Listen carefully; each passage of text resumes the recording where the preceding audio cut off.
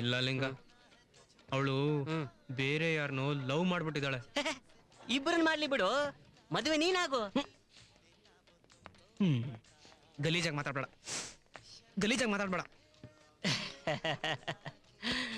ನೋಡು, ನಾನು ಮದುವೆಗಿಂತ ಮುಂಚೆ ಸರಳನ್ನ ಹುಡುಗಿನ ಲವ್ ಮಾಡಿದೆ. ಆಮೇಲೆ ಮಹಾಲಕ್ಷ್ಮಿ ಸಿಕ್ಕಿದ್ಲು, ಅವಳು ಹೋದ್ಲು, ವಿಮಲಾ ಬಂದ್ಲು. ಕೊನೆಗೆ ಅವಳು ಬಿಟ್ಟು ಇವಳು ಯಾರು ಅಂತ ನಾನು ಶಕುಂತಲನ ಮದುವೆ ಆದೆ.